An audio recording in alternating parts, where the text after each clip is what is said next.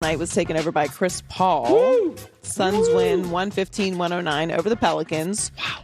Good job, good effort by the Pelicans. Very impressed. Very good effort, Joy. I mean, this is the best team in the league. They're a playing team. I think taking them to 6 is genuinely impressive. They're building something there for a team that we were talking about at the beginning of the year might get moved out of New Orleans. Yeah. I think they did a really impressive job this year. But Chris Paul was last night. 33 points on 14 of 14 shooting from the field, and he spoke about the perfect night after the game. I had no clue till, I don't know, I think maybe like at halftime I realized, hey, I might need to shoot a little bit more. You know what I mean? But throughout the game, for me, I'm literally managing the game. You know what I mean? We was talking about taking heat checks the other day, and I don't do that because I don't shoot enough to take a heat check. And once I miss, I might be cold, you know, but they would sort of let me get to my spots and shoot it. And that's an important thing, letting a player get to their spot.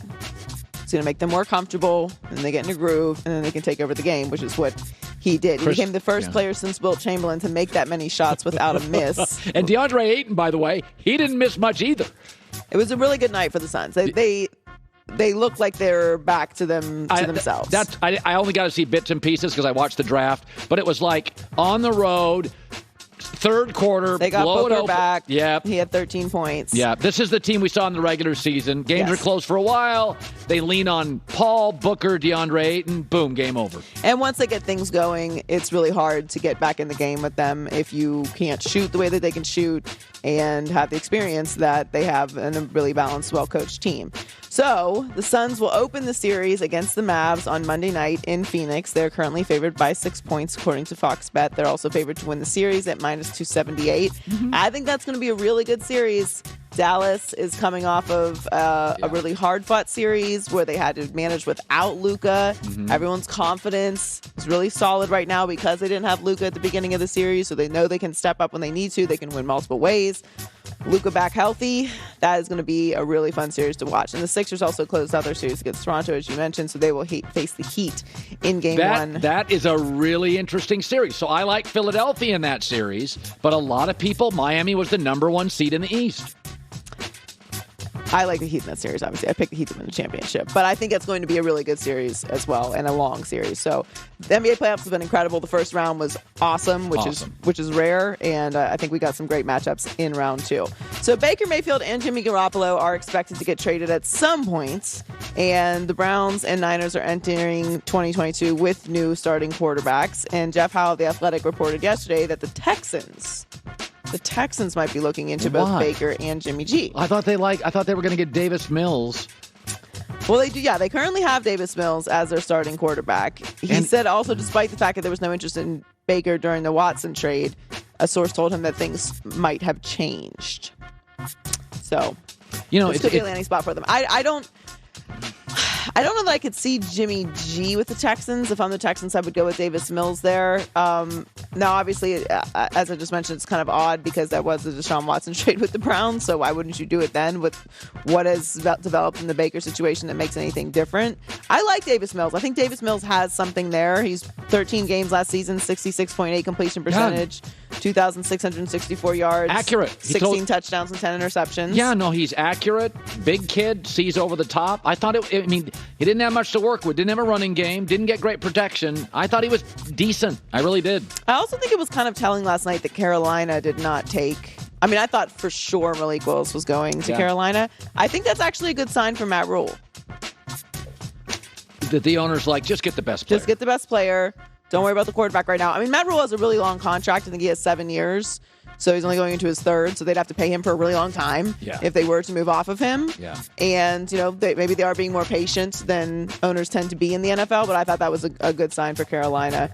Obviously, the Seahawks and Panthers could also be potential landing spots for Baker Mayfield and Jimmy Garoppolo. So, only one quarterback was taken in last night's draft in the first round. The Steelers selected Kenny Pickett with the number 20 pick.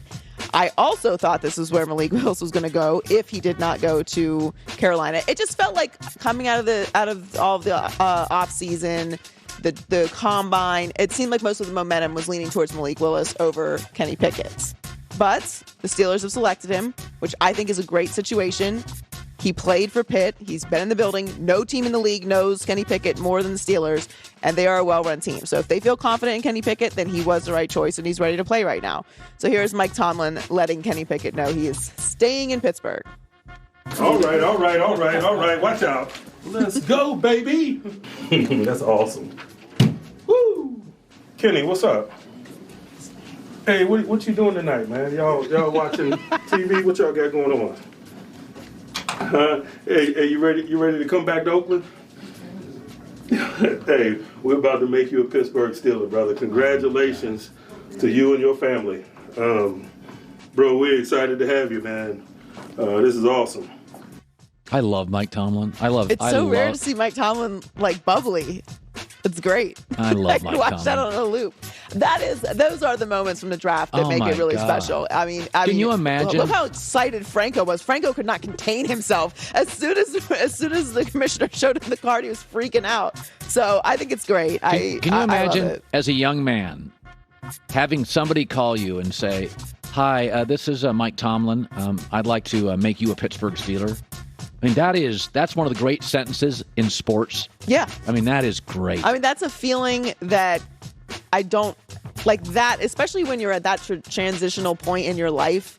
You know, you've graduated college, you're moving into your career. Like that's a phone call, like a feeling you can't duplicate. Yeah. That's why the draft is so exciting and special. Like obviously, you know, we talk about it in a very transactional way, but there is this amazing emotional transitional thing, historic thing about the draft that I think is so fascinating and fun. Oh my God, you're just changing lives. And you're just and the projection of like where these guys go and the expectations, and then guys will fall and they overcome it. It's just, I mean, it's really fun. When you start looking at these quarterbacks who have dropped, remember Marino dropped.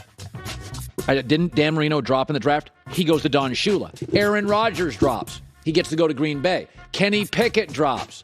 Lamar Jackson drops.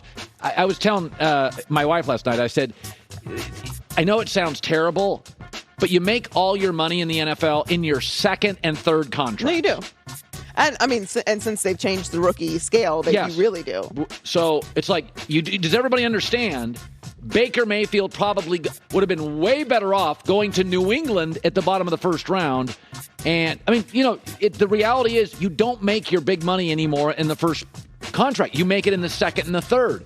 So that, to me, it's like if I was a dad, I'd be like, "This is great. You get this is great. You're going to go to a playoff team. This is great." For Kenny Pickett, this is absolutely the best case scenario for him. You're going to a Steelers team that is solid. Mike Tomlin's never had a losing season. They know you. They know everything about you. You played for the University of Pittsburgh.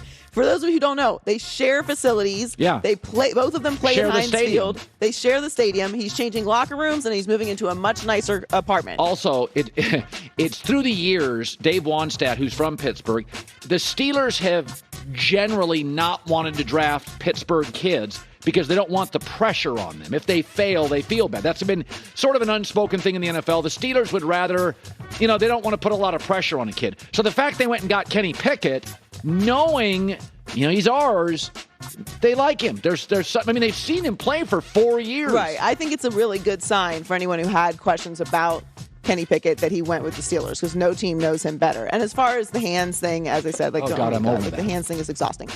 Guess what? He played in Pittsburgh.